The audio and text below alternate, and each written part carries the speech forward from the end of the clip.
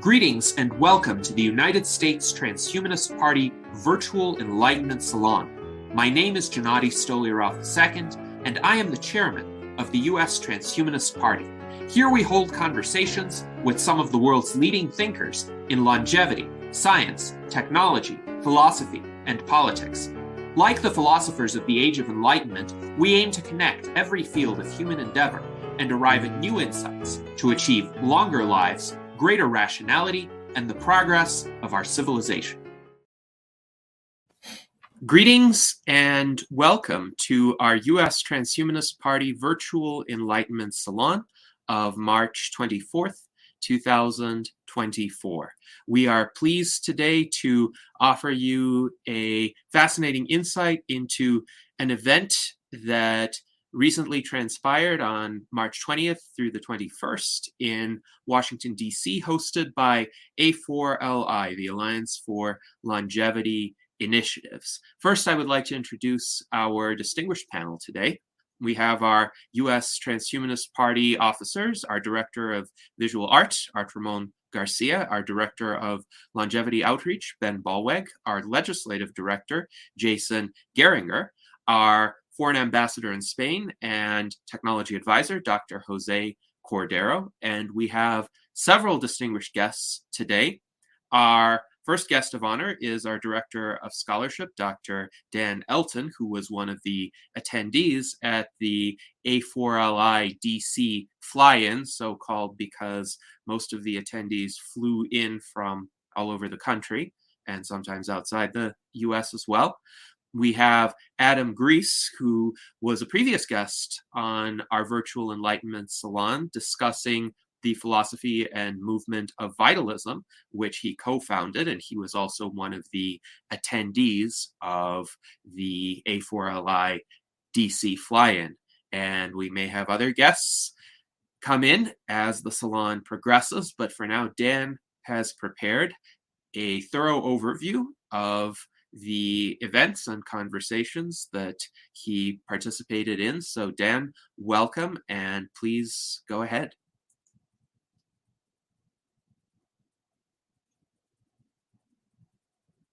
Let's see, we've got Dan's presentation. So thank you, Gennady. It's great to be here to discuss this incredible series of events that just transpired in the last week in DC that was all organized by the Alliance for Longevity Initiatives. But first, I wanted to just pay tribute to this Werner Vinge, who I know has been an inspiration to all of us. He had a long battle with Parkinson's disease and has finally, unfortunately, succumbed to that illness. So we all looked up to him as one of the great sci-fi authors and futurists. So just give me a sec. So I just got some slides here with a lot of notes and stuff. So the first day we had Michael Stebbins and Dr. Jeffrey Ling, who are both considered co-founders of ARPA-H. So I wanted to start by talking a little bit about DARPA. DARPA was founded in 1958 in response to the Soviet Union launching Sputnik. And the name actually changed a couple times. So it started out as ARPA, or Advanced Research Projects Agency, and then 1972 it changed to DARPA. And then 1993, I guess they wanted to try to expand the scope beyond just defense, so it went back to becoming ARPA. But then 3 years later, they reverted back to DARPA again. So that's why you often hear, the terms ARPA and DARPA kind of used interchangeably. But DARPA is really overperforms for its size. So a lot of people have been trying to figure out why DARPA is so successful as an agency. And they have been involved in a lot of different major inventions. Some of them I've listed here. They aren't necessarily completely responsible for all of these, but they definitely played a major role in a lot of these things, including like the personal computer, computer mouse, ARPANET, which was the predecessor to the internet, TCP, IP, GPS. Anyway, so there's been some attempts to replicate DARPA, such as IARPA and more recently ARPA-E.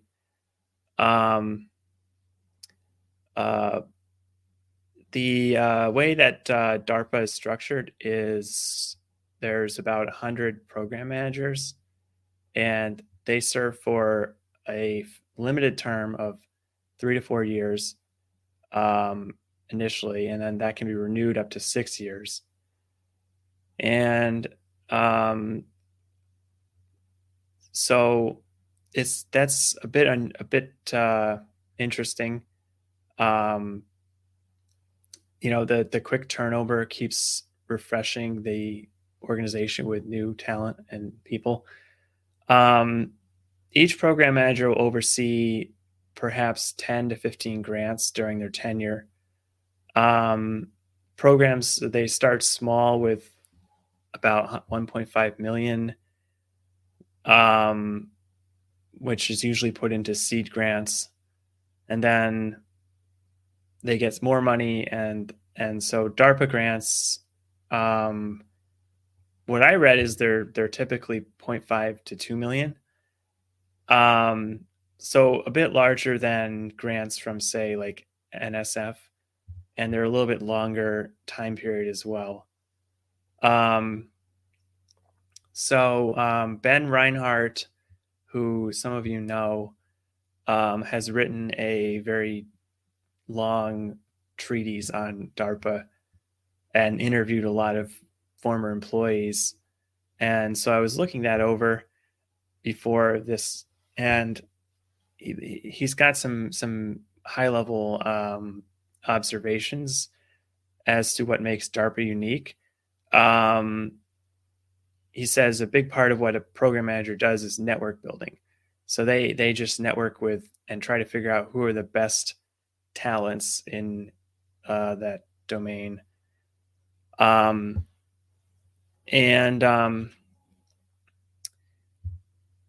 He also says that opacity is important.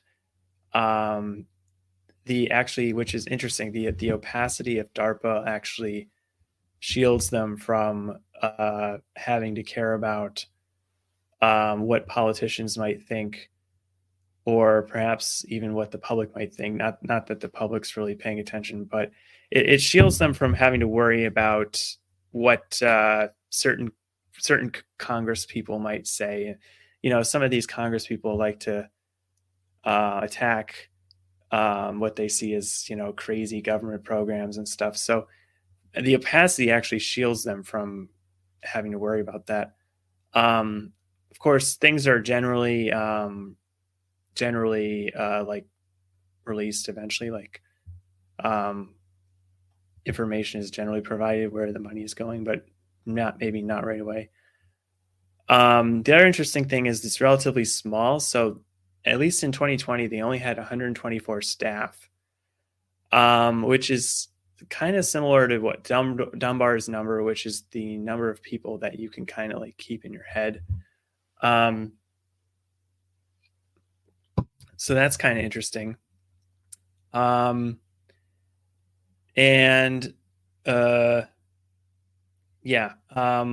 Anyway, I won't go read the rest of these, but Ben Reinhardt, he has a really long article about this if you're interested.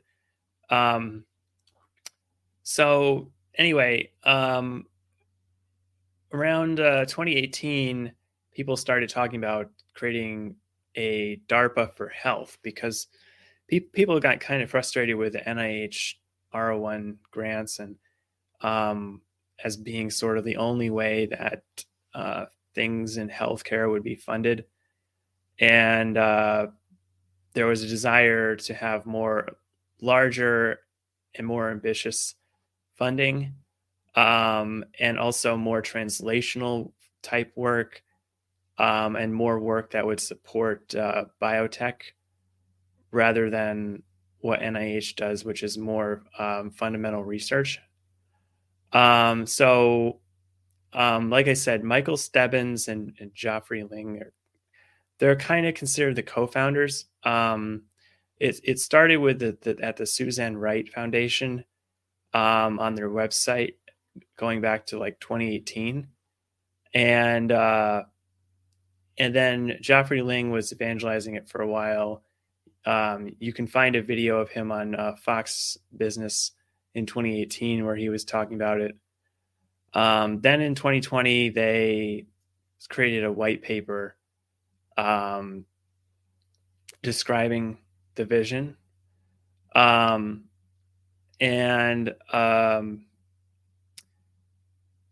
believe it was in 2021 that Biden signed a bill that actually kicked it off.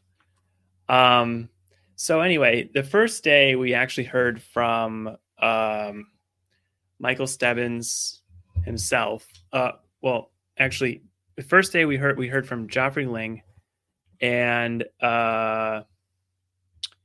let's see, and then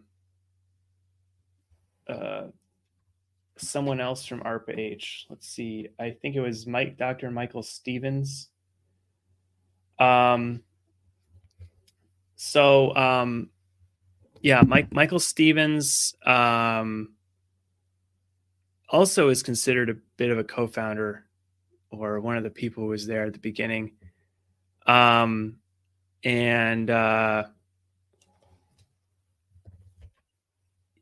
there was talks by them at the Mayflower Hotel.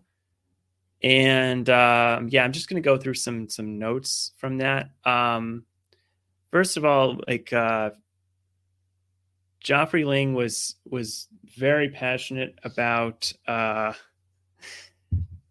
need for this agency. So if we have a video clip that someone posted on Twitter that I think we can play at this point.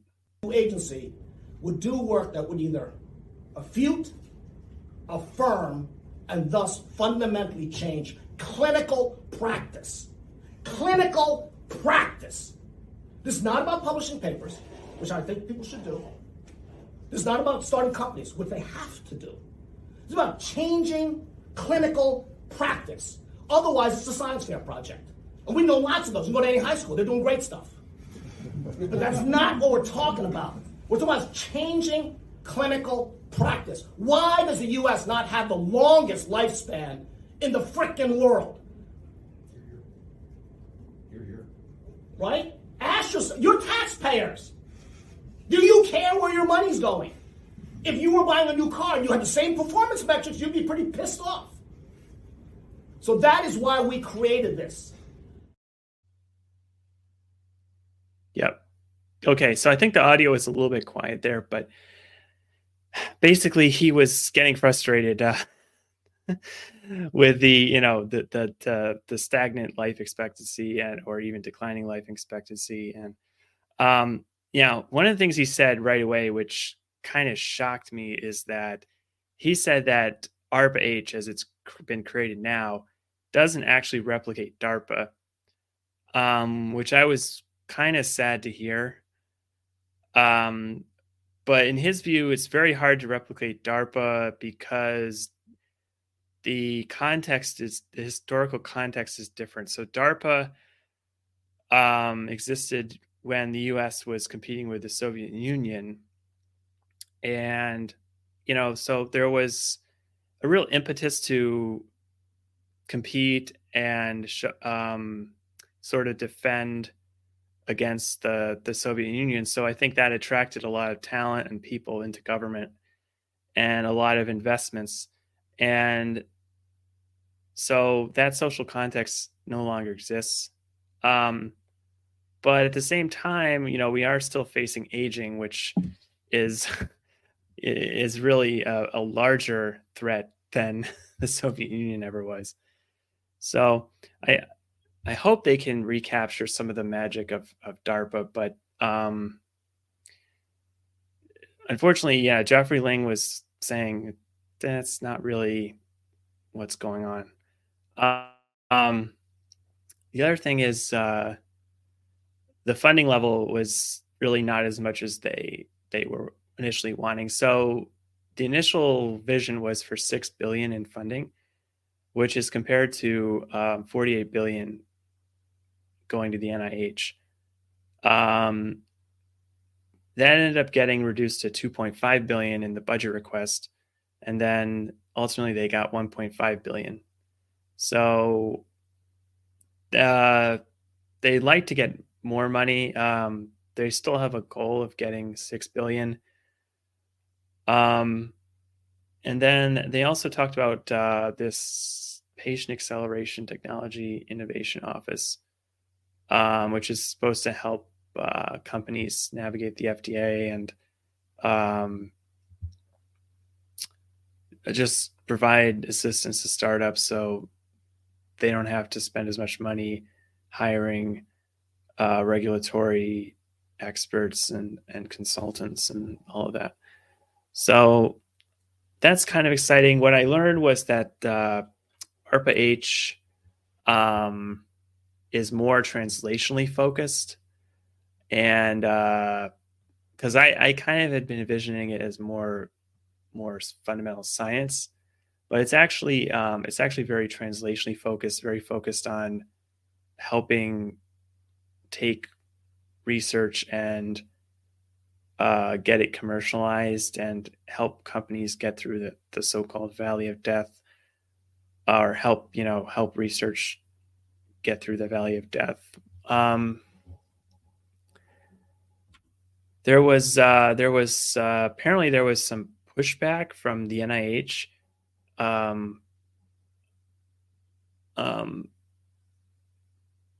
Francis Collins was in favor of ARPA-H, but apparently there was some pushback from the guy who became director after him, where they were pointing to NCATS, which is the kind of like the translational office at NIH. But fortunately, anyway, they got it founded. So yeah, here's some more notes from Jeffrey Ling. He said SBIR grants are, quote, a pain in the ass. Those are grants that you can get through a number of different agencies, including NIH, for startups, but they don't really give very much money. It's like, $200,000, which is really nothing when you're trying to, especially for biotech. So there's the government involvement in startup ecosystem has been kind of limited, especially in biotech. Anyway, so then I'm moving on to the next day, which was Thursday. There was this is Bernie. Yeah. Siegel. Can I just add a little bit, because I was in the room with you listening to that presentation? Yeah, and, sure. Yeah.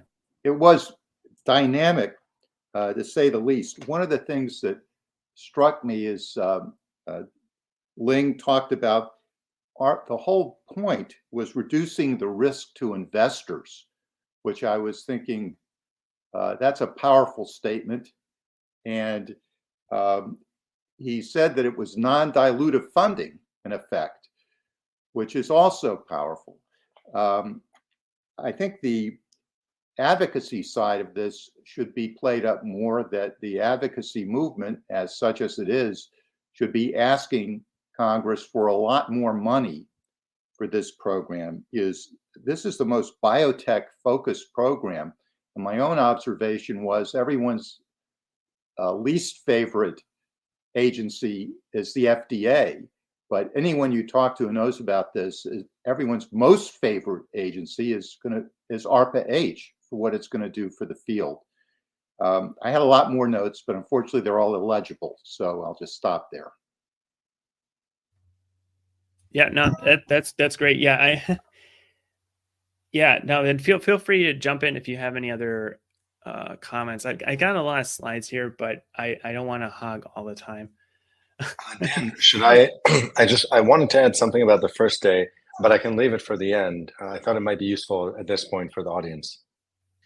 Yeah, go ahead. Yeah. Yes, please. So just very, very briefly, another person who presented is a gentleman called Arunan Skandaraja, and he is advising the director of ARPA-H. So, Jeffrey Lang and Michael Stebbins are not active operators in ARPA-H. I mean, maybe Jeffrey is associated in some way, but Michael Stebbins initiated, but he's not an active operator today in the system, although he recently became an advisor to A4LI, which may help them get to the right people there and influence or educate in the things that matter to some of our community.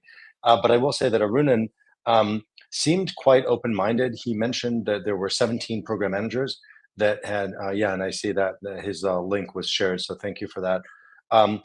17 program managers, and they hope to scale that to between 60 and 100 over time. So a lot of the system is still being built up, meaning like not that many program managers have actually started receiving funding, deploying funding, etc. But I just wanted to mention that Arunan seemed quite open-minded to engage with a community and think about how both how to prioritize different projects, but also how ARPA-H may be able to creatively solve gaps in getting from the innovation to translation. So just wanted to highlight that. Yeah, no, thanks. I was just scrambling to try to find his name right before we started because I didn't want to skip over him. But yeah, thanks. Yeah, and he was the guy who talked about the patio office and all of that, and trying to help startups. That's a great point. Oh, and then the other thing that came up like during the discussion was that I took note on was Jeffrey Ling talked about the Framingham study on heart disease. That was a large study that was done a while ago studying risk factors for heart disease, and that's kind of become the standard for the outcomes from that study and findings have kind of laid the standard for how risk prediction is done for heart disease and how they determine like if people need statins and things like that. So I thought that was really interesting because I feel like that's what we need more of. We need more of these large studies that are looking at large cohorts and following them for extended periods. So going on to the next day, they had the congressional briefing at one of the congressional office buildings. I think it was the Rayburn building, if I remember correctly. And they had 3 longevity biotech experts come in to talk to members of Congress and congressional staffers to educate them. And I thought this was a really great event. They had a huge turnout of like 70 people. So that was really important just to show there's a lot of interest and excitement about longevity biotech. Here's a picture of me from the sign. As you can see, I was dressed pretty well. I felt like it was important to dress well for this.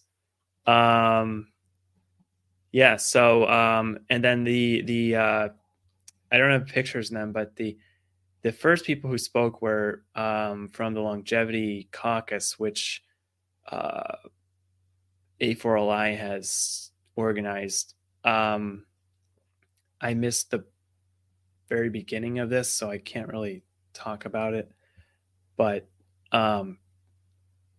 these guys were there, at least at the beginning.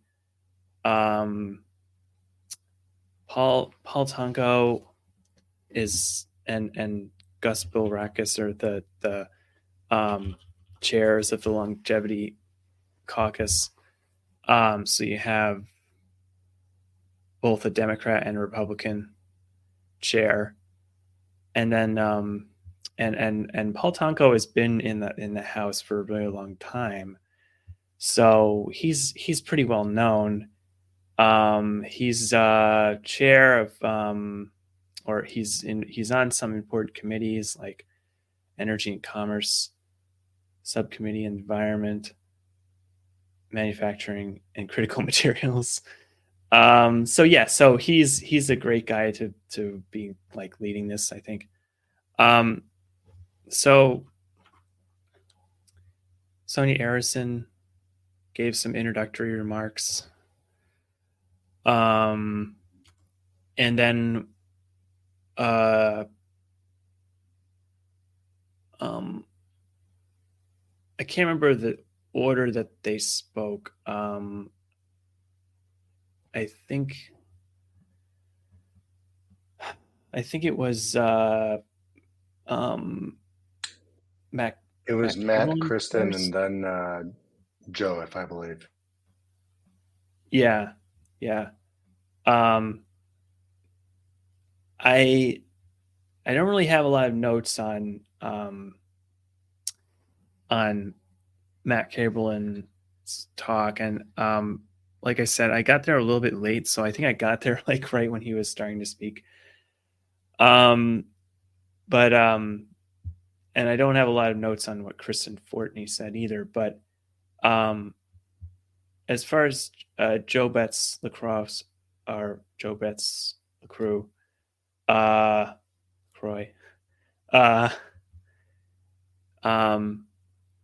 he talked about his company Retro Biosciences and how they're working on cellular reprogramming. He described it as being similar to what is done when a egg is fertilized and you have a new cell, a new individual's starting. Essentially, the cell has a way of reverting to a more youthful state. And then there was so people are trying to discover, well, how does the cell like revert itself back to a more youthful state that's sort of like a stem cell state. And that's where, of course, the Yamanaka factors were discovered. So I'm not really an expert, and I don't really know much about this at all. But he described it as he described cellular reprogramming as taking inspiration from how the Yamanaka factors kind of revert cells back to a more juvenile or young state. And as you can see from the slide here, the mission is to extend healthy lifespan by 10 years. Notice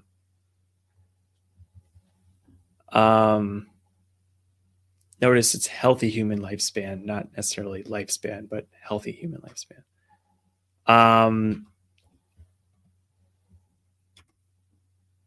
There's a picture of some of the people in the room.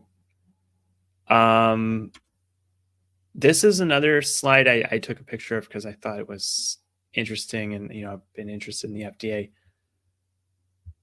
He said he had this idea he was throwing out about a cost-conscious FDA. Essentially, this is another pathway to get something approved where you're not necessarily showing that you have a drug that is more effective than what's on the market, but it would be less expensive. So right now, it's very hard to get something approved unless it's better than like what the standard of care is. I'm not really sure how true that is, because there's a lot of antidepressants that are approved all the time that aren't really better. But it seems like this is sort of an issue. And so I thought that was interesting. I've never heard anyone talk about that being an issue. But yeah, I think there's a lot of room for new pathways at the FDA, obviously.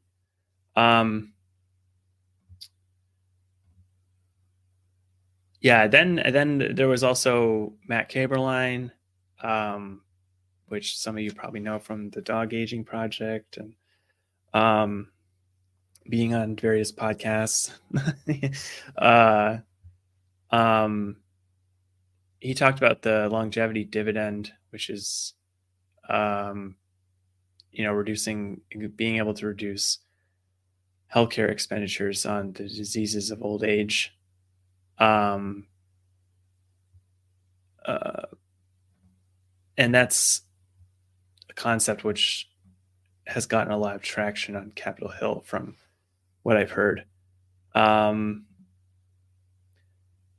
Bernie or Adam, do you have any comments about the briefing? I could weigh in a little bit on this. The first, it was interesting to me. I think it's important to understand the context of what was happening with the Alliance for Longevity Initiatives, as I'm sure it's been presented. Here it is, the launch of a new organization that's really built for lobbying lawmakers, and I think this group was the spark that launched a caucus. So we can all like to have a caucus. There are, I think, over 400 caucuses in Congress. There is one called the Bourbon Caucus that has 2 members, but some of them are quite powerful and important. And when you look at Bilirakis and Tonka, they pride themselves as being science, biomedical innovators and believers in that, and are enthusiastically bipartisan in support of this. They were both took a lot of pride in having created something called, my note says, National Plan for Parkinson's, and which I presume is related to neuroscience, and without reading it, it seems to be important and shows a measure of success.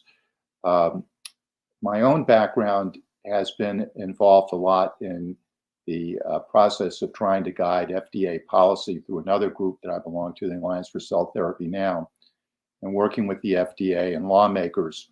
And you have always a certain number of lawmakers on both sides of the aisle that are enthusiastic and promoters of regenerative medicine.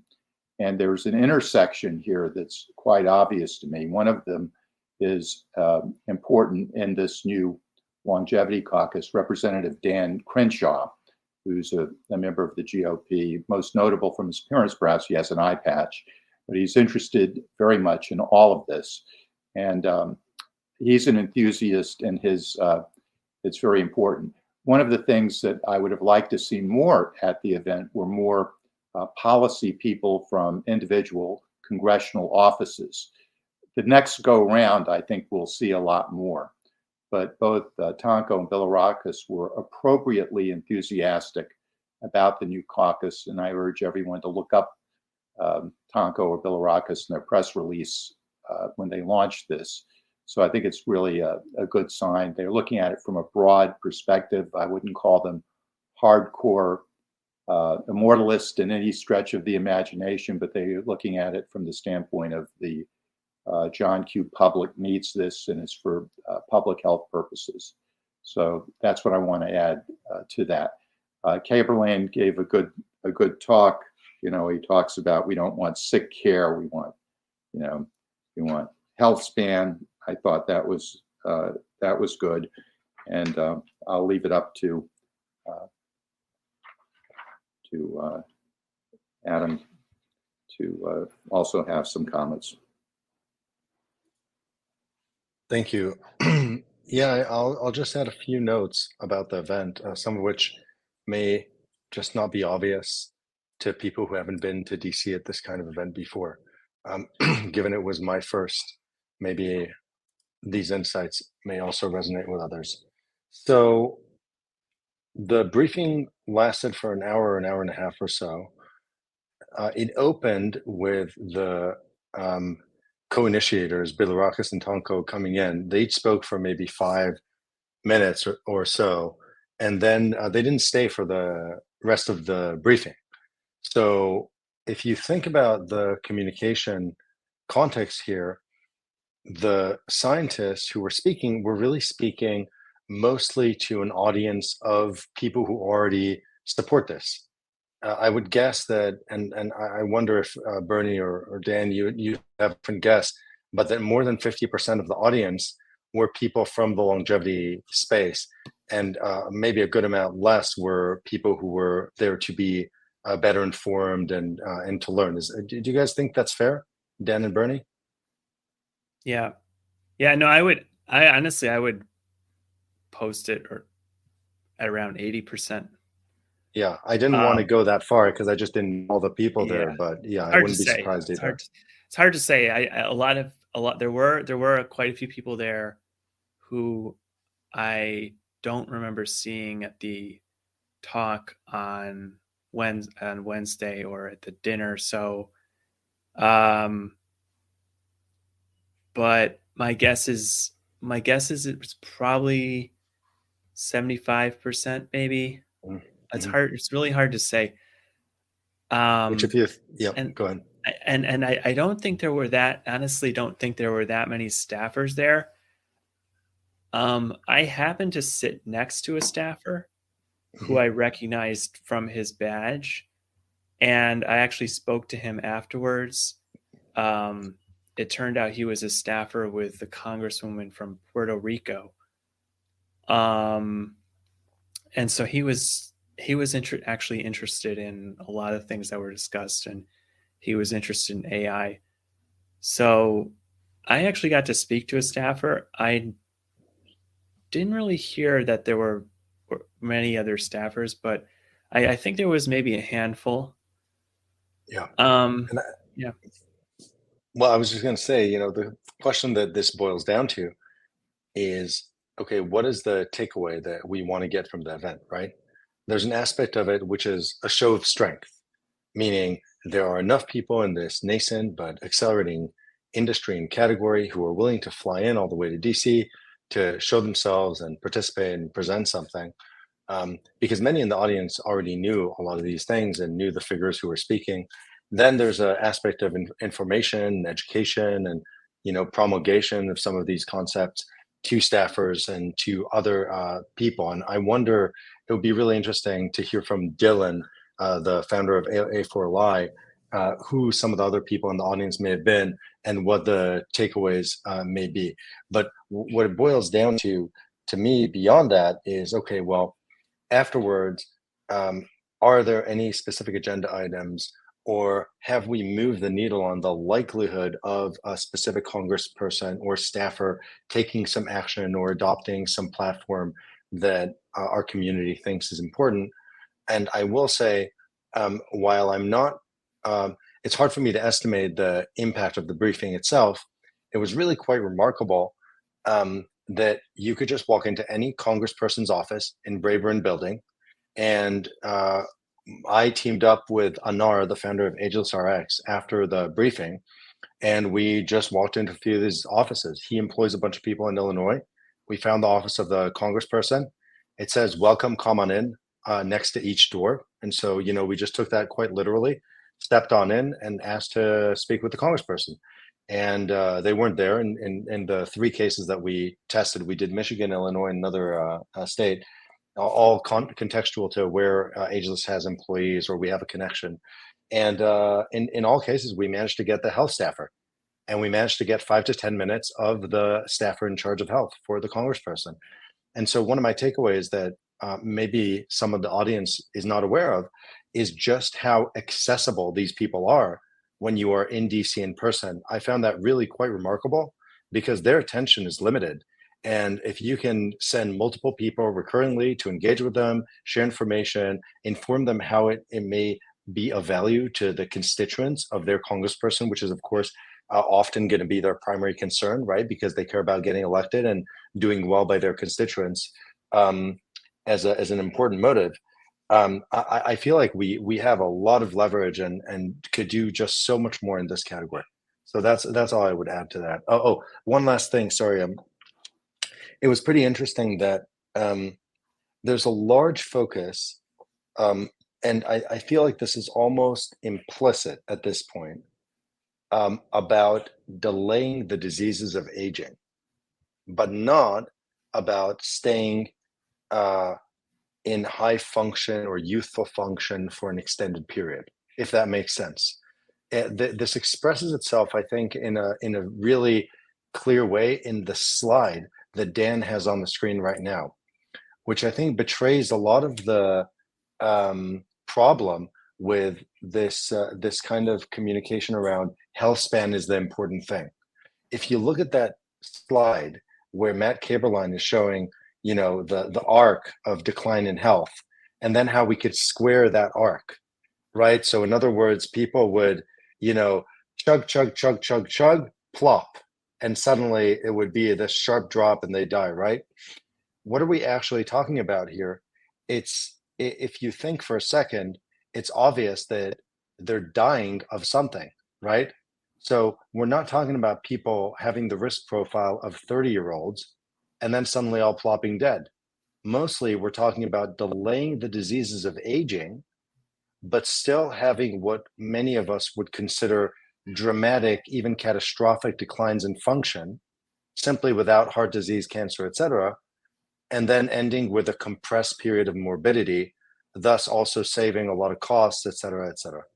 And I just wanted to highlight this because many in the, let's say, longevity or otherwise community do aspire to more than that. Meaning we aspire for people to be at full function, rejuvenated function, great function into a much longer period, maybe indefinitely. And so it's just interesting that where currently the communication is landing is not there. So just want people to be aware of that. Yeah. And that's really a strategic decision that A4LI has made. And of course, I think, Matt Kaberlein is one on the. Dan, I have a few comments before you go into the really juicy part about the dinner where Newt Gingrich gave a presentation, which was highly interesting, I thought.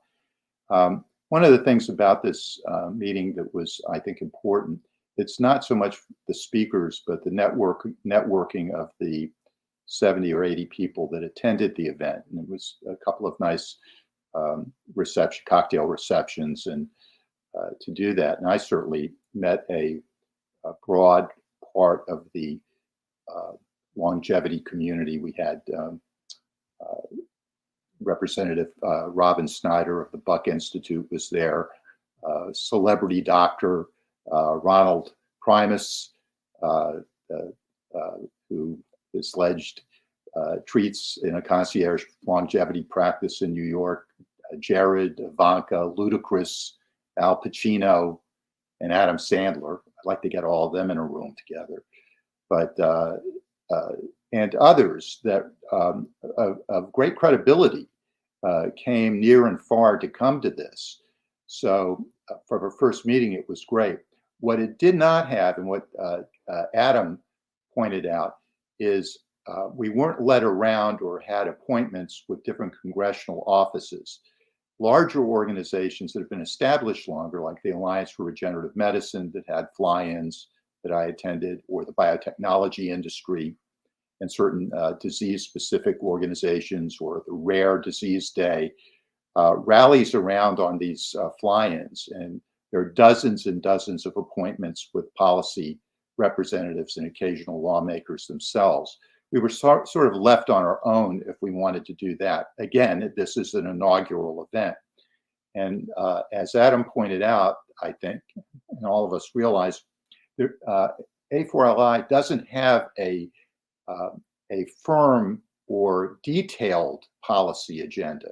It has broad policy goals, including more budget for NIH. I run something called the Health Span Action Coalition, and we also have broad policy goals, right?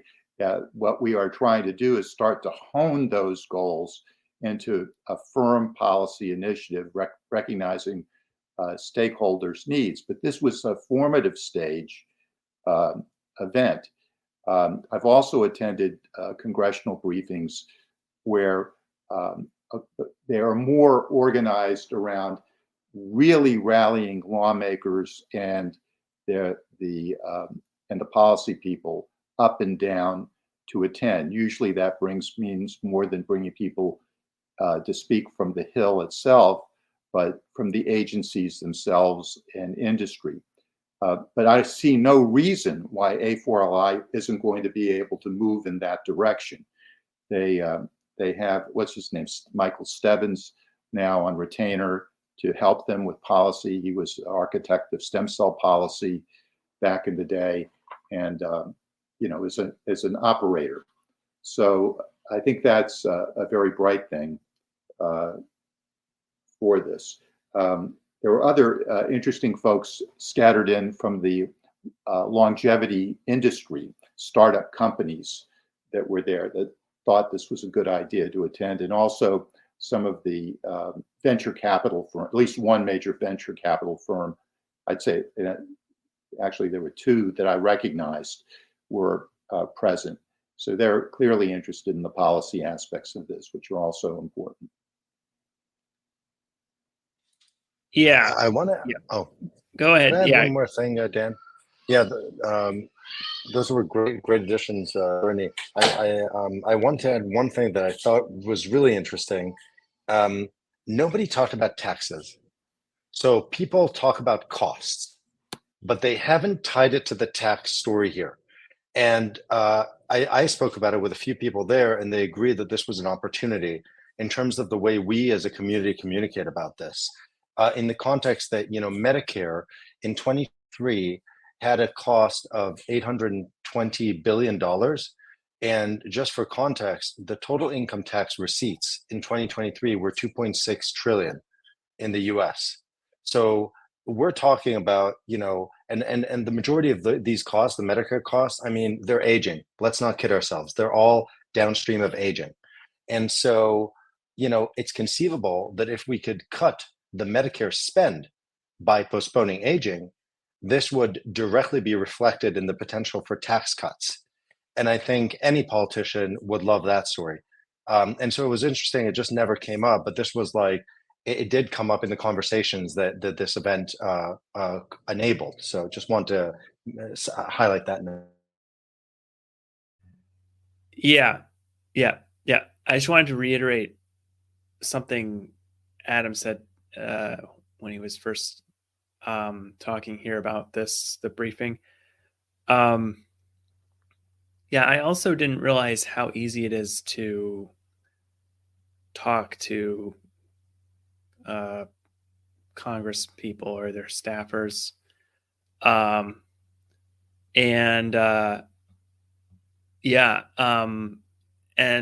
I found it to be, pretty intimidating. So I didn't really feel confident to be a good spokesperson for A4LI. So I did not go to either my congressperson or any of the other local Congress people. But I think I'm definitely going to try to do that if I go to this again next year, assuming they do it again. Because I also talked with a guy you mentioned from Illinois, and he just went to a lot of different offices and just kind of, gave a brief pitch And so, yeah, I didn't realize you can just sort of walk into these offices without an appointment and talk to staffers. I guess normally they just give you a business card and of This is a civics exercise, right? You yeah. know, going there and walking around the Capitol grounds afterwards, it makes you feel, hey, I'm proud I'm an American.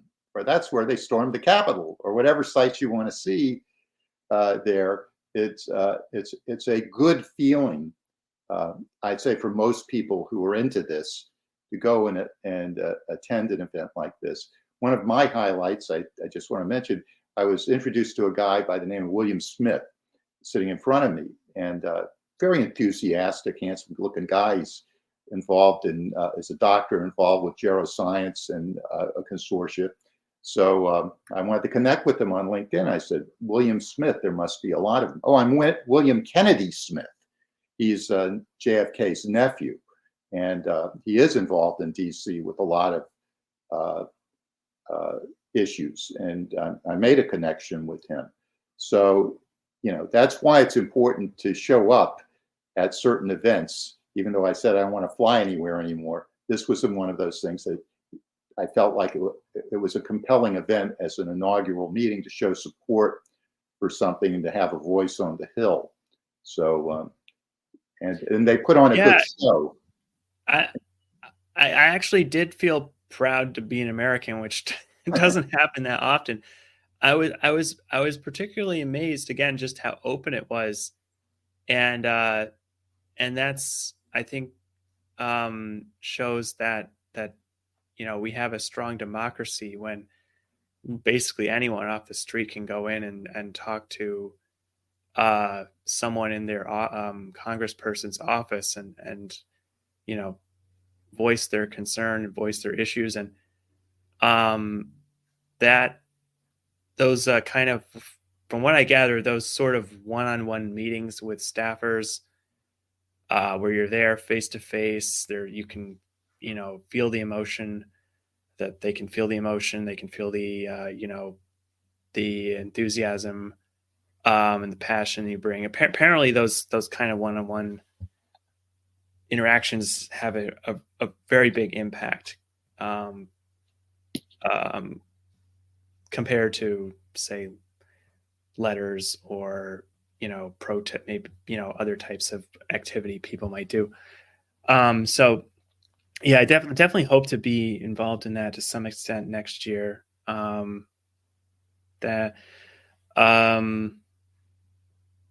Yeah, so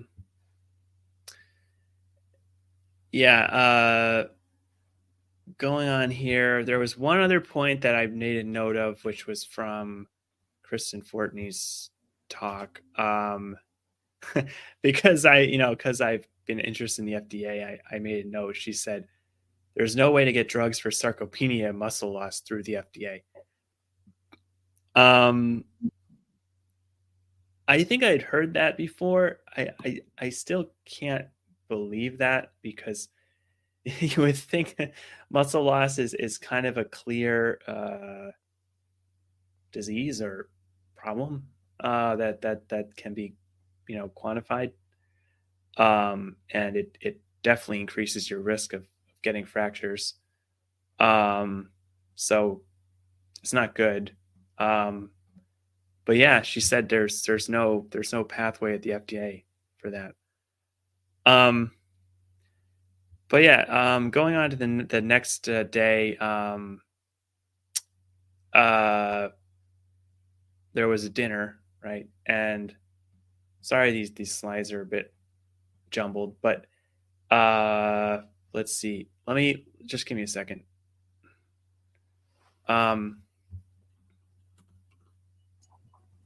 It was quite a luxurious dinner, from what I understand. It was in a nice space with a chandelier. This is actually on the cover image for the salon, and Newt Gingrich spoke at this dinner.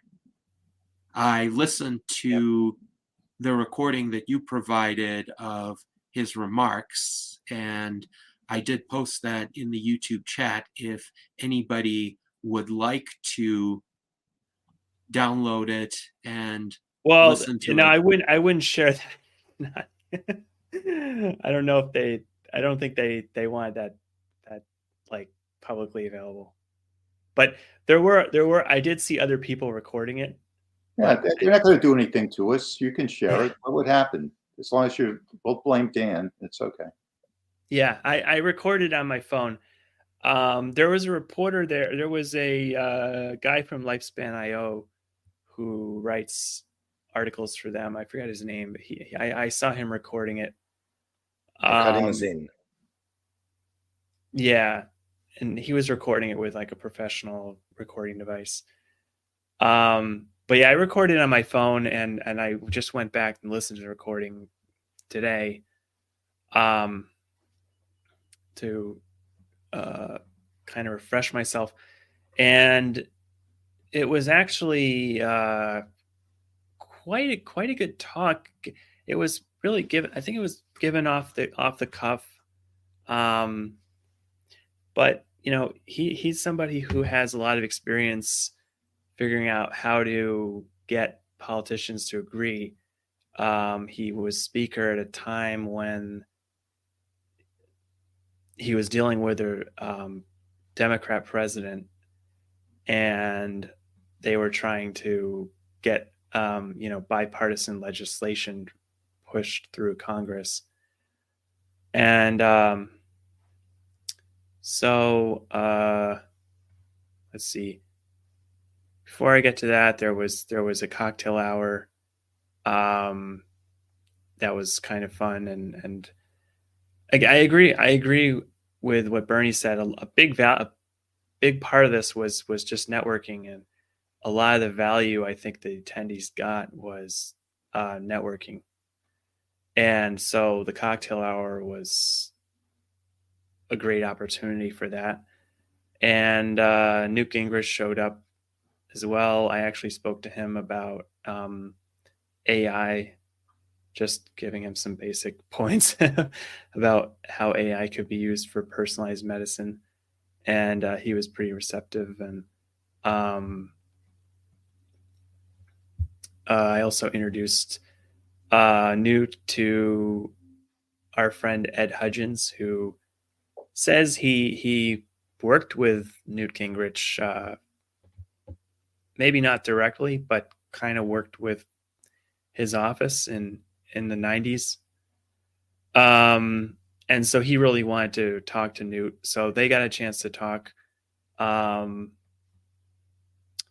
yeah, so then we went to the dinner, and sorry, these slides are kind of out of order. I'll talk about Ken Bogner in a minute.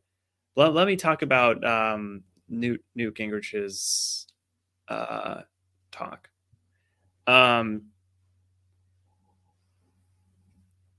Like I said, I went through and listened to it because it wasn't like a polished, prepared presentation, but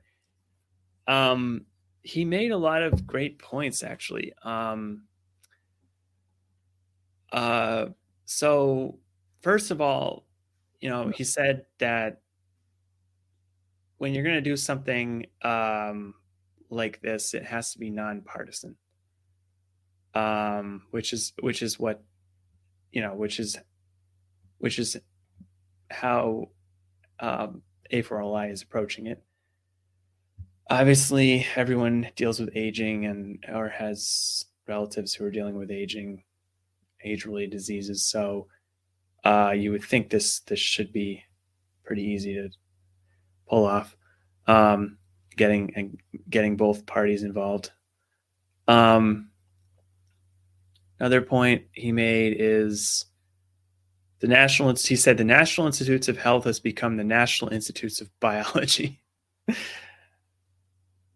Meaning that it was originally founded to promote the public health, but now they are doing a lot of just pure science research on, the genetics of, the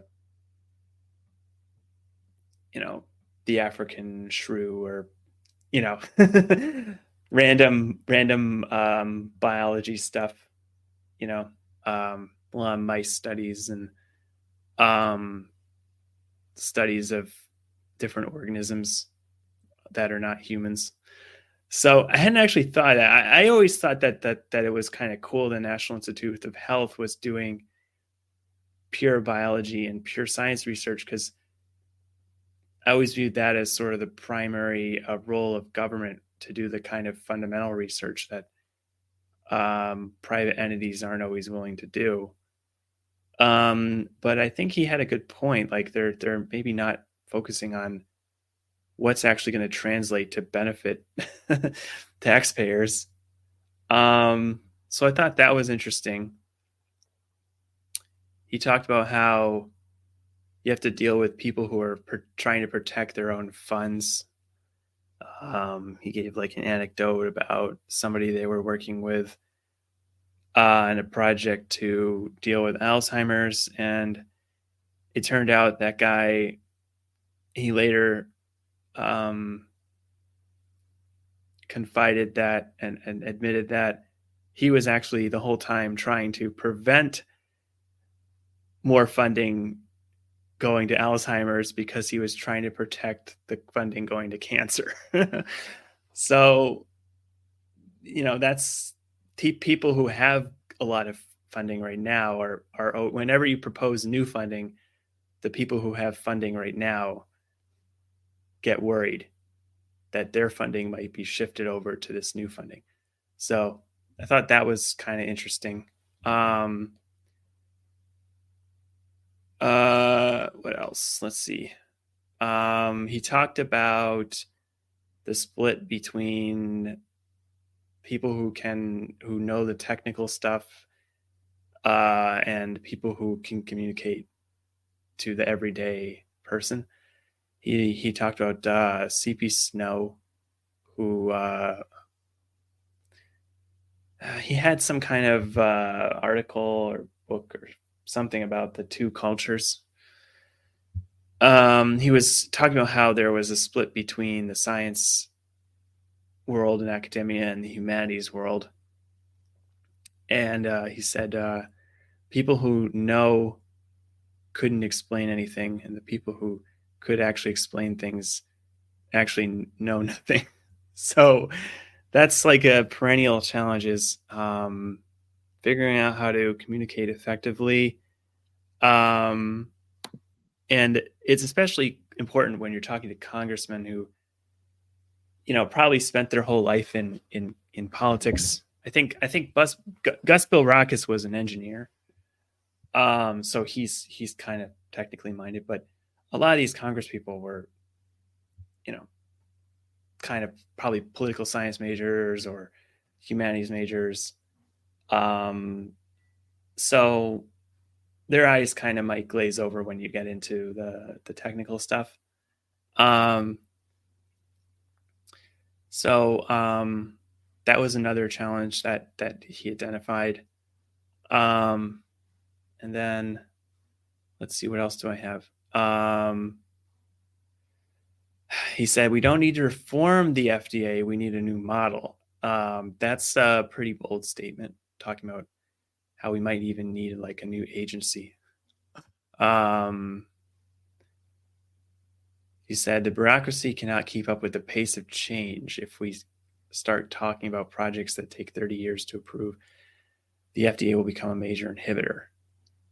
Obviously, I agree with that, but I'm not necessarily in favor of totally getting rid of the FDA. That's probably going to be a non-starter with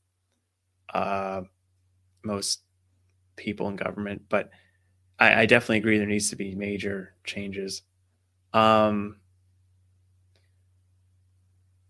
Another point he made, which also is interesting, something I had never really heard of, he said if researchers drag out their research, they have an incentive to drag out their research to get more grants.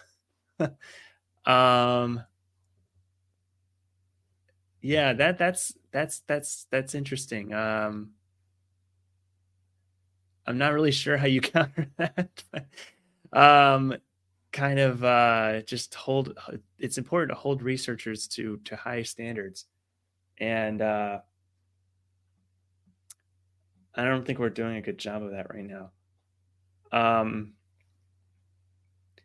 David Wood on YouTube says the CPC no quote might have been applicable in 1959, but there have been counterexamples since then. For instance, Richard Feynman and Steven Pinker.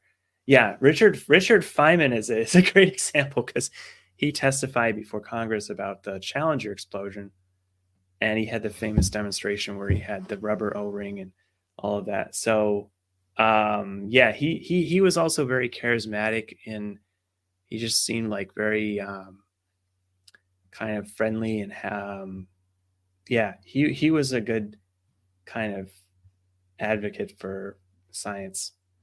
Are you talking about Newt? No, Richard Feynman. Oh, right. Yeah, David Wood on YouTube. Just Yeah, I saw that. Yeah. Anyway, so let's go on here. He mentioned FDA would probably not approve aspirin today. That's something I've heard. I looked that up.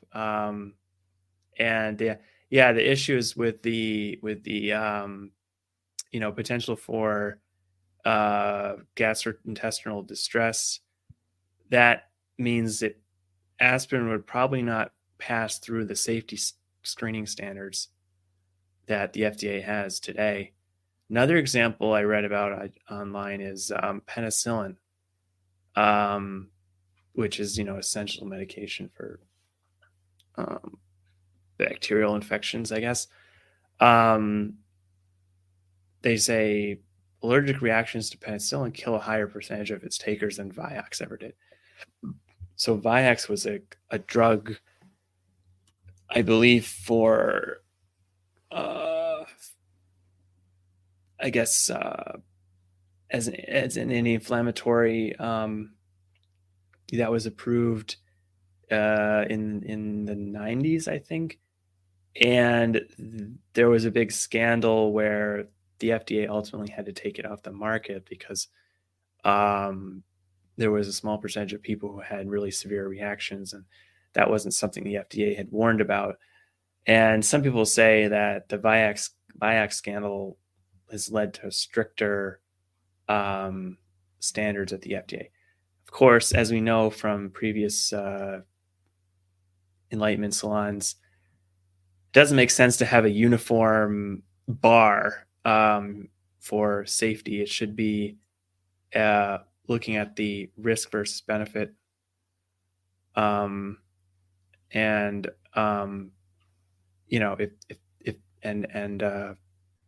if there's a high need for something and someone's going to potentially die if they don't get it, then it makes sense to have a higher risk tolerance.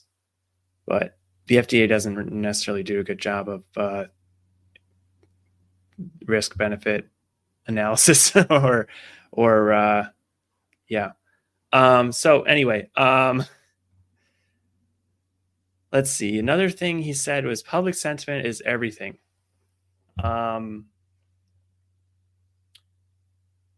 People want something. Members of Congress will realize that they want that too. It's pretty obvious, but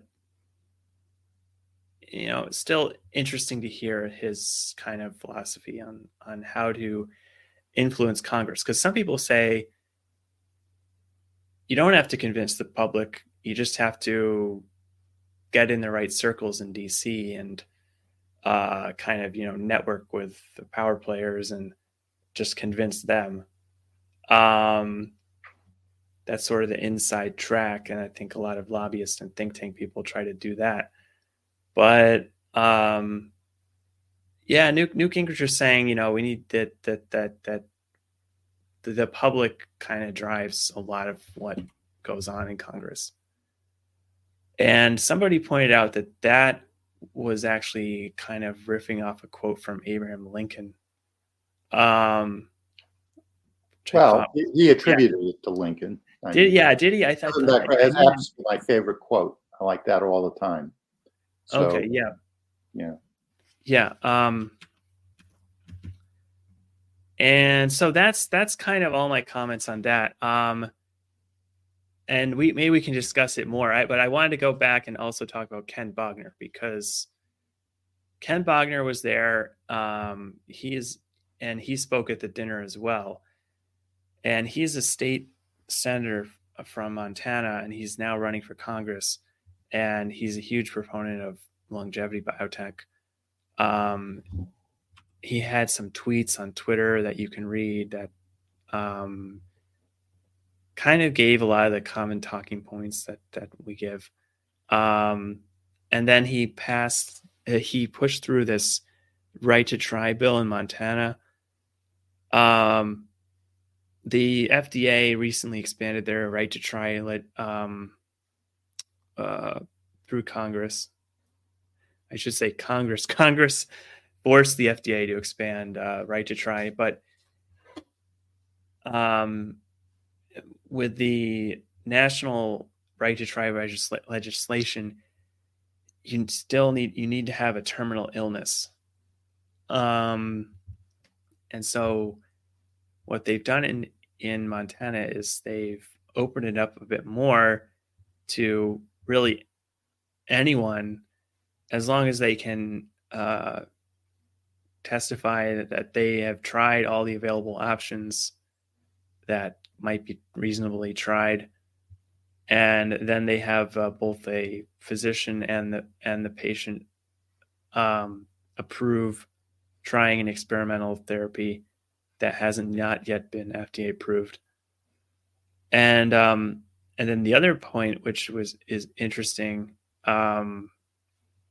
is that the patient has to waive their liability, so they can't sue the drug companies if something goes wrong, as far as I understand it. And I'm not sure if that's something in the national level right to try. I'm guessing it's not, because I hadn't heard about that. No, this But, is the first time yeah. that right to try legislation in the United States extended to non-terminal or allegedly non-terminal conditions. Daniel Tweet does point out in our chat, aging is a pretty terminal illness, and Jason Geringer agrees. We're all terminal at this stage. I just wish we could get the broader public and politicians and federal regulators to recognize that, but the right to try bill in Montana is definitely a major step forward in this regard. So I salute Kenneth Bogner and his efforts in this. I think he could be a definite ally of ours. In fact, under our Transhumanist Party constitution, as we reformed it in 2020, we are able to endorse other parties' candidates as long as they profess a public support for longevity science and life extension research. So I would say we could even consider endorsing Kenneth Bogner in a future vote. Yeah, no, yeah. Dan, would you mind if I make a little comment? And because I have to get off in a couple of minutes. Dan, you've done a great job in summarizing all of these things. I thought just a little color. I have no particular love for Newt Gingrich, but I have to say 100% of what he said I agree with.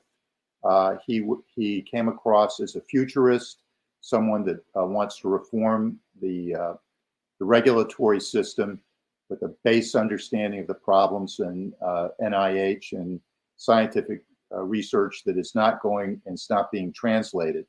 So to that extent, he's a real ally of the cause of longevity / health span, in my view. The only thing I liked about him is he wrote a scary novel about a pulse attack on the United States. That was pretty good, but I didn't like anything else about him. But I did like this. It was folksy, and he told one of the fabled stories about Ronald Reagan in the end, about what an optimist is. So I'm not going to share that with you. But the fact that A4LI pulled this off and brought him in is not lost on any of us. That's a coup. And as long as it doesn't drive away people from the other side of the aisle. So I was really nervous about that, but I viewed the audience as a nonpartisan audience for this, which was very effective. And it was great that Adam and Dan were there. And I don't know if I saw you, Adam, there, but I look forward to, yes. But Dan, I spent some time with you, sat at my table, so it was good to see you. So I just want to thank you, Gennady, for reminding me how valuable this salon is, and I'm sorry I have to leave a little early. Yes, of course. And thank you, Bernie, very much for contributing your reflections upon the A4LI event. I think these were quite valuable, and I'd like to echo your observations. I think this event was an important milestone in enabling the longevity science community to have a direct line of communication to eminent political figures, including Newt Gingrich. By the way, interestingly enough, I used to be an instrumental Republican very briefly in 2012 because I wanted to get Ron Paul to secure the Republican nomination. My efforts, in combination with the efforts of others in Nevada, did enable the election of a Nevada delegation in support of Ron Paul. So with all due respect to Newt Gingrich, I did not support him in that primary, but I did find some of his comments and proposals interesting. At that time, he was proposing for the United States to construct bases on the moon. And actually, I thought that was one of his most interesting and sympathetic proposals. Of course, I would as a transhumanist, but a lot of Republicans kind of lambasted him for doing that. And I think that's unfortunate. I do think he has a strong futurist streak, which should be cultivated and encouraged, particularly since he has less to lose now as an emeritus politician. And if we could get him on our side with these pro-longevity, pro-futurist types of statements, that would be excellent for our cause. And listening to his speech, I found that it resonated with me from the standpoint of policy and from the standpoint of his outlook toward the future. He pointed out, by the way, that the next 10 to 15 years are going to be turbulent and fraught with risks. But if we can get through those without major problems, major derailments like a nuclear war, which he's also extremely concerned about, then we would have a really bright future indeed, because all of these emerging technologies are going to lead to major improvements. And this is a vision that's very much aligned with the vision of those who posit a coming technological singularity, and indeed the vision of many transhumanists. He just doesn't use those terms, but he has thought about the issues enough to actually see those possibilities. So thank you very much, Bernie, for your observations. Yeah. No, I agree. I probably should have started with that point that Newt Gingrich is really seemed to be a futurist, and optimistic about the future, but at the same time, he is worried about nuclear war. It's like which is important. Yeah, he also said he had kind of a selfish interest in longevity because he's 80 years old. But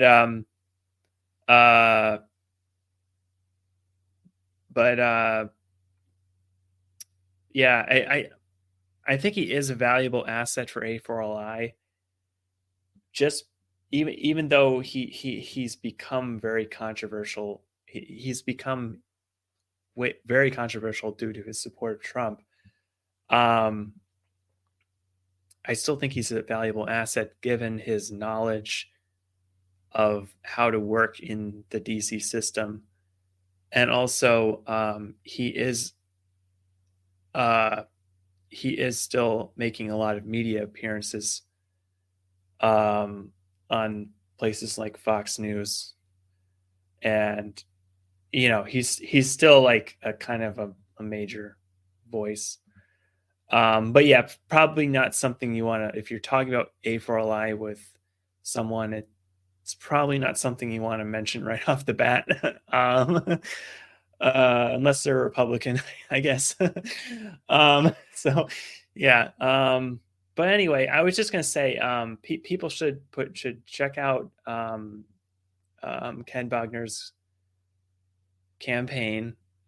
Check him out on Twitter. Maybe give him a small donation. if you feel comfortable with that. He's got a bit of an uphill battle because he's running against like 10 other people or 9 other people. So I'm sure he would appreciate the support. And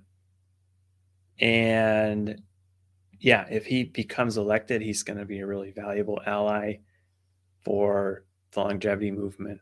And then the only other thing I wanted to say is really, I want to encourage people to get involved with A4LI if they're not already. The way they bring in money is through a membership system primarily. So they rely on people joining as members. The base membership is actually very affordable now. It's just $50 a year. So I think that's a great investment because they're kind of a very unique organization. There is another organization called AFAR, which advocates, I think, for like research in gerontology and stuff. But and there was actually someone from AFAR there, but they are. I mean, they're not the sort of people who are advocating radical life extension, or they're not like the kind of futurist people. They're, as far as I understand, that comprise most of A4LI's membership. So I think A4LI is a very unique organization doing a lot of great work. So people should join, and then if you go on their website, they have some petitions that you can sign.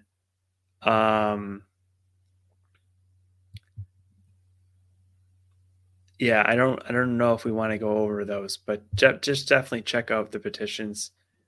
And then of course, if they're probably going to do another one of these fly-ins next year, and the first day, the talks on the first day and the congressional briefings are free to attend. Other than figuring out how you're going to get there. I highly recommend it. It was even just as an experience to educate yourself on the process, even if you're not necessarily going to go pitch to Congress people and their staffers.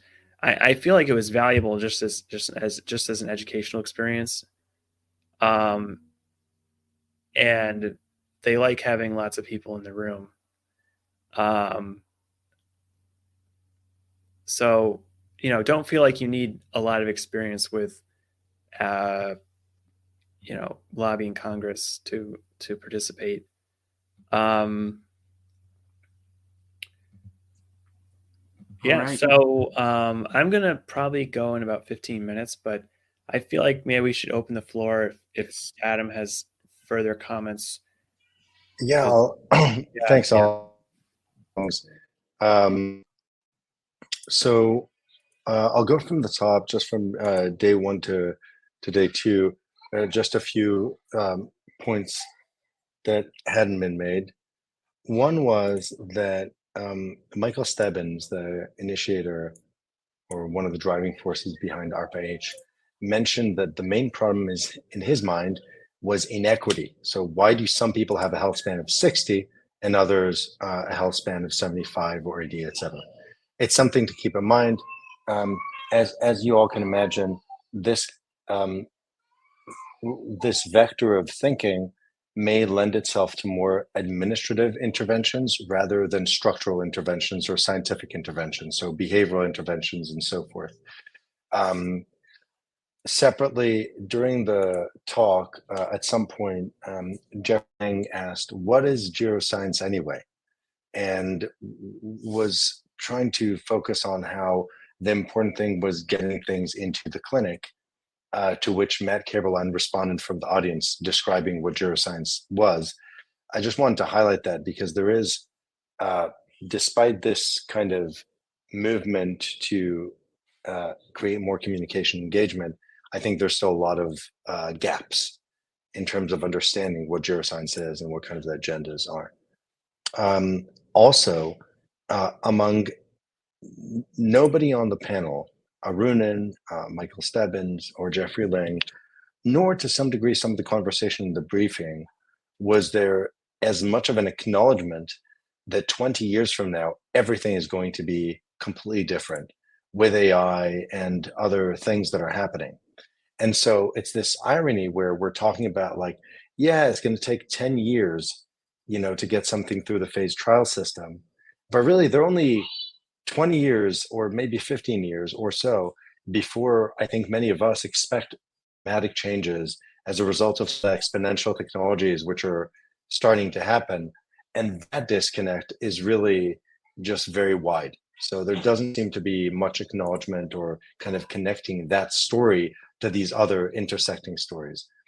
Another quick note, Kristen Fortney did also mention that sarcopenia is considered a treatable condition or disease in Japan and elsewhere, which brought up the thought that, maybe they should go through that regulatory process. But of course, the US is the big prize in terms of market size and other benefits. So I expect that's the reason they're going for the US. But I wonder, I didn't ask her, but it would be interesting to find out if they would also consider going through trials in Japan, if that process could be done in parallel. Another small note about Ken Bogner, now going to the second day.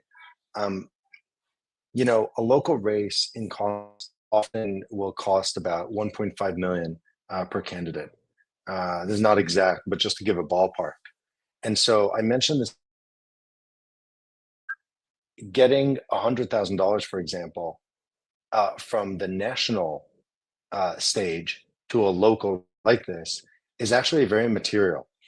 So it's conceivable that if we as a community who cares about longevity find some candidates that can really be in our corner, whether they're on the longevity caucus or running for Congress, et cetera, and we step up and donate to their campaigns, we could actually make a very big difference because our community is not that small and the amounts of funding required are actually something we can make a dent in. It's not true of all races. Some very high profile races get as much as $10 million, but many of these races, especially in a place like Montana, may not be as expensive. So that's a kind of a supporting the idea that if you think that Ken Bogner may be interesting, I would recommend donating to his campaign, and I intend to donate to his campaign. Obviously, he has other positions you may want to look into, so I won't go into that, but just as a note for our value as a community. And then finally, I just want to say one last thing, which is that, there's a fundamental question, which is very nuanced, but extremely important. And that is, what is the problem? Is it death or suffering? Which is the core problem? Which is the primary problem? And, the vitalist position on that is very clear. Death is the core problem. It's in the first line of the Vitalist Declaration. Everybody who becomes a Vitalist must agree with this, etc. And yet, I would say that the vast majority of organizations, without trying to hypothesize what their position is, if you go to their websites, and this is true of anybody from any of the organizations, I won't name names, but any of the big organizations you guys know in the longevity space, actually almost none of them or none of them even mention the word death on the homepage, whereas Vitalism does multiple times. Mention this is the following: if suffering is the problem and not, there is a very strong gravity to basically to move to move resources to address the suffering and not the death. And what do we mean by the suffering? The suffering could be diseases of aging, cancer, heart disease, dementia. In other words, if you are heavily degraded as a 90-year-old, you can't run as much, you can't do stuff as much, you can't do anything, etc. Your IQ has gone down by 40% or whatever it is. This is not a problem because you are not in that high of a state of suffering, potentially, compared to somebody, for example, who is suffering from, I don't know, depression or poverty or some other vicissitude of life. And so I think one of the biggest risks that we face is that if we pursue an agenda which is based on the idea that suffering is the problem, ultimately, the vast majority of funding will always gravitate towards the diseases of aging because they are the source of the suffering and not the fundamental problem, which is aging, the core problem of aging in itself. And so I just wanted to highlight that because that always will be part of the conversation, because as these politicians listen to the argument, invest in geroscience, invest in the basic problem, the root cause, et cetera, what they're thinking of is, well, okay, what are the comparable initiatives that I could put money in? And it's obvious why things like Alzheimer's do get a $2.5 billion mandate at the NIH and under the NIA. And that's because they cause an incredible amount of suffering and costs. And so that kind of issue is, I think, it sounds very, I would say, like a detail, but it actually underpins this entire enterprise. And I want to highlight that. That's all. Yes, thank you very much, Adam. And now your comments have motivated me to put an anti-death statement on the front page of the U.S. Transhumanist Party website, though, of course, we have a lot of anti-death statements on the website as a whole, but I did write a book called Death is Wrong. So obviously I would agree with you that death is the principal problem that we need to overcome. I do think there are different rhetorical strategies that could appeal to different people, and I'm enough of a pragmatist that I'm willing to cobble together essentially a coalition of the willing, anybody who will move with us incrementally in the direction we desire. But it's definitely important that we not lose sight of what our ultimate goal is. So now I think this is a good opportunity to open up the discussion for questions. And let's start with Jose Cordero and then go to Zach Varkaris after that. Yes, this is a great session, and I like that we are taking this discussion into the political realm. I am connecting from Spain, and in Spain, life expectancy is 6 years longer than in the USA. 6 years longer, which is quite incredible, you could say, because also medical expenditure in the USA is easily twice as big, both public and private, than in Spain. So how with so much more money spent in health, people die much younger in the USA? So this is one point to think about. And I thought that the video at the beginning, the video that Dan showed, actually talks about that, why people are dying so relatively young in the USA. Anyway, going back to the political realm, many other countries are doing similar things. You are probably aware that in the United Kingdom, there was the all-party parliamentary group on longevity. Also in Germany, there is a longevity party. In Spain, also, I created a longevity movement, and I was candidate for the European Parliament. And I got 7,000 votes in one quick election. Not enough to become member of the European Parliament, but a lot of votes. I don't know, 7,000 people in Madrid, to put it clearly. So there is interest about longevity, and we need to keep on pushing on this through the public and through the political system. So I'm not totally convinced the political parties are the ideal mechanism. I tried that again. And as I mentioned, my campaign was saying, I'm not from the left and I am not from the right. I'm from the future and we want longevity. Anyway, so we need to keep on pushing this. So one thing that we have to do is to celebrate October 1st, which is International Longevity Day. And all of us all over the world have to sign the Dublin Longevity Declaration. This is a very important document, the Dublin Longevity Declaration, so that more and more people, not just scientists, are aware that this is scientific and that this is real and that this is very, very near, very close. So those were my comments. If there are some comments from Adam or Dan who were there, happy to hear quickly. Yeah, and I think that's interesting, pointing out the difference in life expectancy. Also, like Japan has a much higher life expectancy. There's that probably diet plays a big role, but I don't think we need to get into that right now. But yeah, that there's probably some probably not going to get people to change their diet and lifestyle. So that's probably a reason to support longevity biomedicine as the path forward, the easiest path forward. I'll just say that I think with Ken Bogner, we probably have a unique chance to get somebody who's really aligned with us into Congress.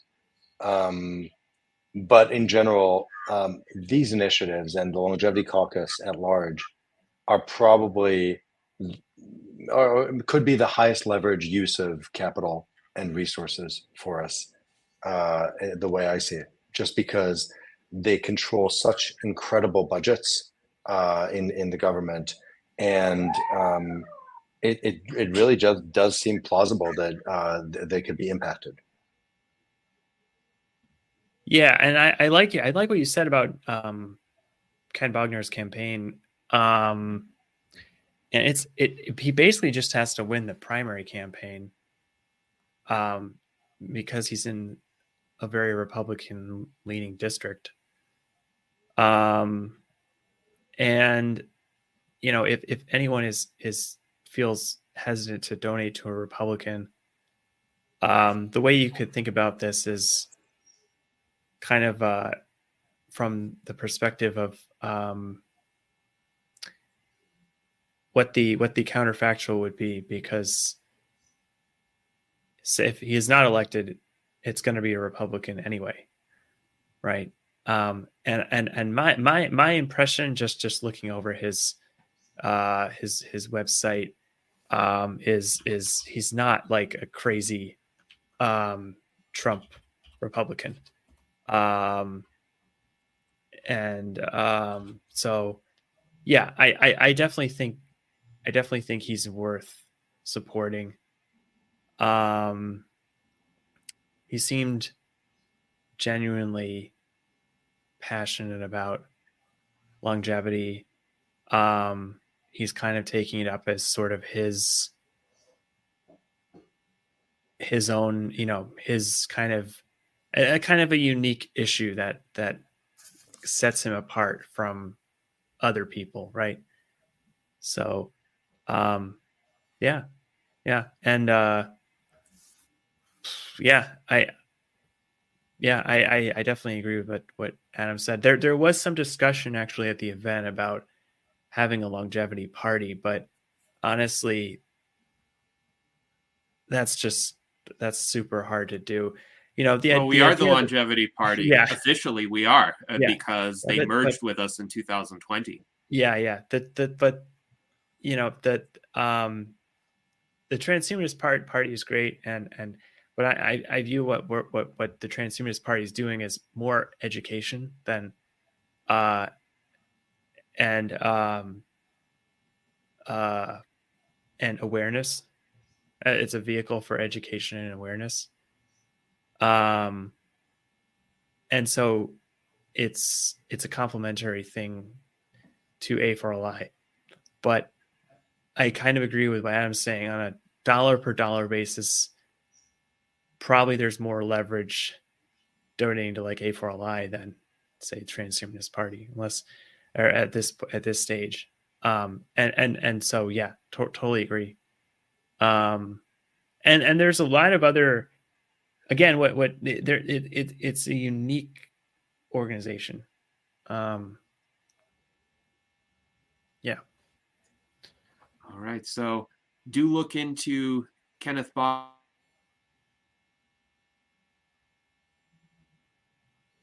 Those are not mutually exclusive to donations to A4LI. You can do both. But let's go to Zach Varkaris for his question or comment. Thanks, Dan. That was really good. I only caught the last 2/3 of it, but it sounded great. But I have one question for you. In your opinion, when you're hearing everything that was being said, what is the best route that people would agree on? Because we're a democracy, supposedly, and so we're supposed to vote on something en masse. Is there what was the project that would be appeal to the largest group of senators or congressmen that would actually get it passed, that would have the most effect? Was there any discussions about that? Yeah, no, there would. I mean, there's a couple different initiatives. So the first is really around ARPA-H and getting them to invest in longevity biomedicine. Right now, they don't have any program managers that are focused on aging or longevity, and ultimately they want to have 100 program managers. And so we hope that at least if one of those is leading something focused on longevity, ideally focused on treating aging as the underlying illness and attacking the root cause. What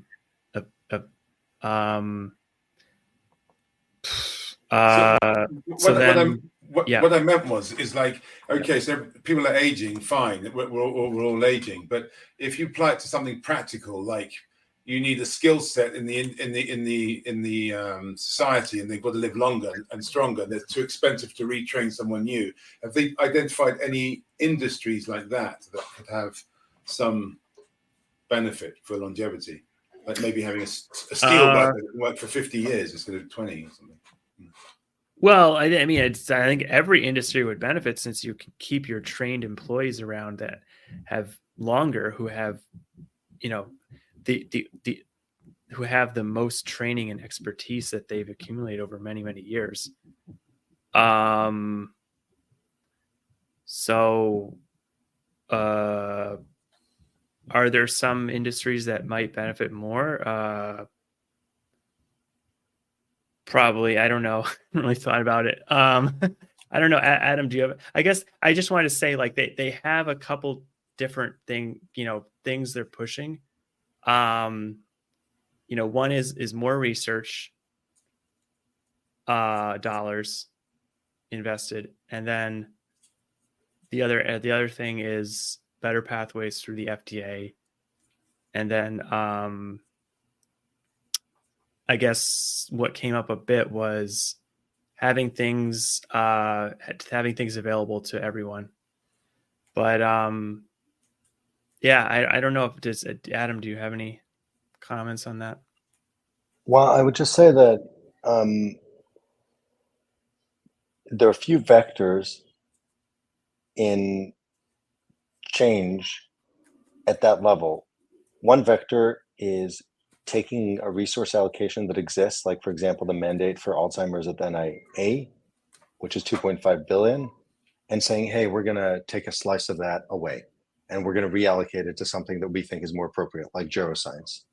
Now, clearly, that's going to ruffle more feathers, because that would be taking away rather than just incrementing budget, which would also be competitive because other people will want that budget.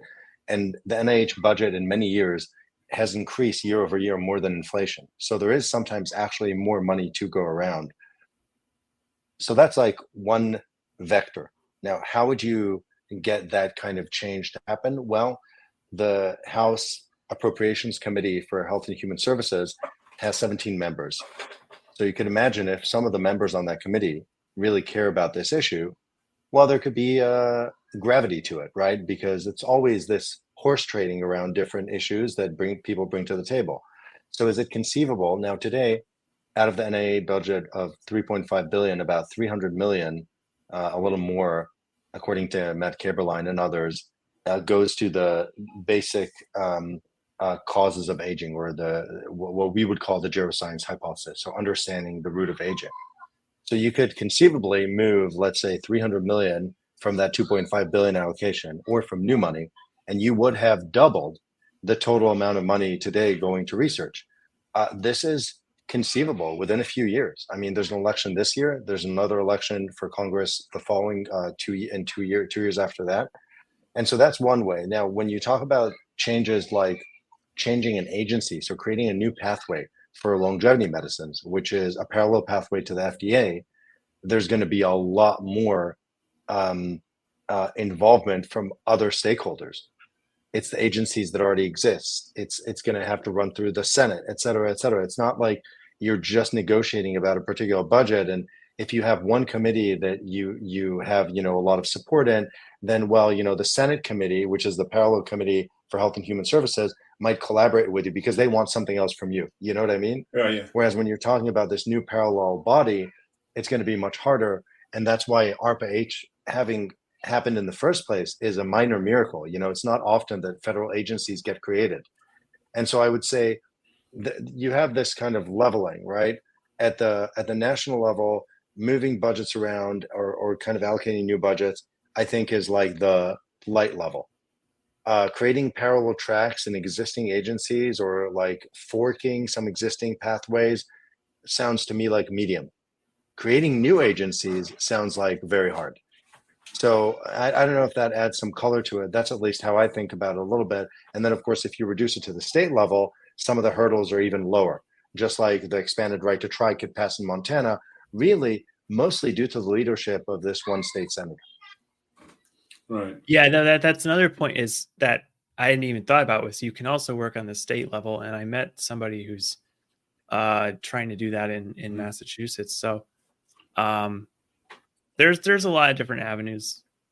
Unfortunately I have to run now, but thanks for everyone.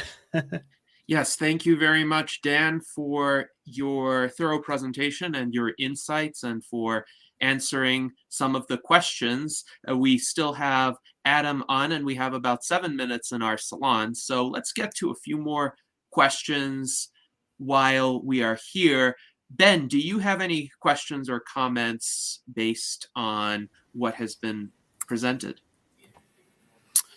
I suppose I would put to you, Adam, then what did you see these last 2 days, or those 2 days, that kind of made you most optimistic, and also like what might you expect to see happen at ARPA-H or maybe Congress, like in the next year, that'd be like, oh, they're on board with this longevity mission? Thank you. So most optimistic is the degree of access and the degree to which we have really not even scratched the surface here. So in other words, for many people in this category, or who care about this common goal, this was the first time they were even engaging in DC. And that's remarkable given the juxtaposition of the relative ease of access that surprised Dan and myself and others. And some of these people, my friend, he employs a company with, I don't know, close to 100 employees, large amounts of revenue, et cetera. I mean, he could go to his congressperson and they would listen just because he's employing a lot of people right in the state. And there are all sorts of reasons and levers that we could use as a category of people that I think are just tremendously underutilized right now. And so that's a very big cause of optimism. Secondly, I can see multiple people, certainly Ken Bogner, as being truly motivated allies and potentially long-term allies. And so when you say, what could we see in a year or in 3 years, I'd say it's plausible in my mind that we would have multiple people who really resonate with our worldview.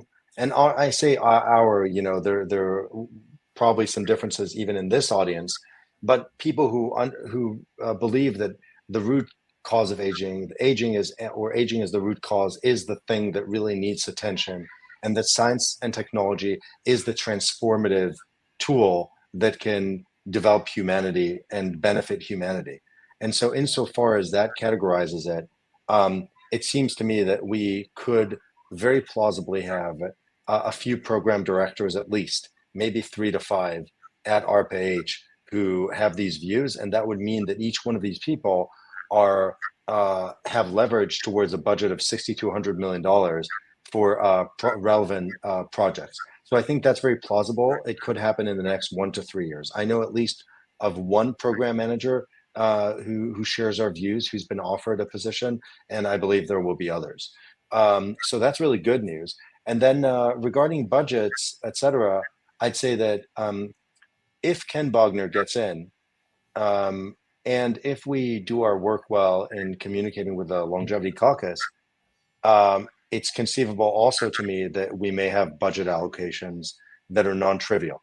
So in the millions, maybe many millions of dollars, tens of millions of dollars, maybe more, that would otherwise not have gone to specific research or initiatives. So that would be the optimistic. I mean, it's not like insanely optimistic, but I think this could happen in a couple of years.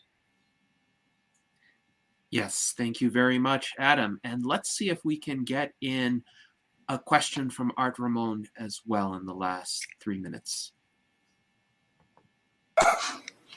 Yeah, I wrote several years ago, says SOCOM and Metro Biotech were doing research with NAD+, and that was in the 2022 federal fiscal year. So how does SOCOM, do this? I know DARPA has a biological technology office, and under there they have a warfighter readiness, which I always thought was like a super soldier program, where they would want some sort of longevity research being done for, eventually when Space Force has, people going out into deep space. So do you know anything about this U.S. SOCOM, doing this research with Metro Biotech? I'm afraid I don't. Okay. Yes, that may be something to look into subsequently. Now, Jose also wonders when the next fly-in will be. All I know from Dylan Livingston is he does plan to hold a 2025 fly-in. I wonder, Adam, if you've heard anything about a date for the next event? Yeah, so I have not, but I did want to note in this context that there was this conversation going on at the event where, they were saying next year there could be double the number of people, et cetera, et cetera. I'll just say, look, attending the dinner costs $750. Okay. I mean, in my view, having people who share our values at this kind of event, and that being the primary voice that the politicians and others are exposed to, is really invaluable. It's just so much more valuable than $750. And so I'm going to encourage every single company to, send with executives who share our values, to send 1 or 2 executives. I mean, for Christ's sake, they can expense it. They can expend $750, and for others of us who can afford to go, I would say we should really, really double down and make next year's event not only much larger, so double or triple the size. This one was about 60 to 80 people for context, but also make sure that it's people who share the views that we want to promote. Yes, indeed. Thank you very much, Adam. And we really appreciate your insightful glimpses into this fly-in event. For those who weren't able to attend, I think this has been a great recapitulation, and it enables them to keep up with all of the great conversations and presentations that transpired there. So thank you to our panel as well for the excellent questions. Thank you to our engaged audience, and I hope that we can all live long and prosper.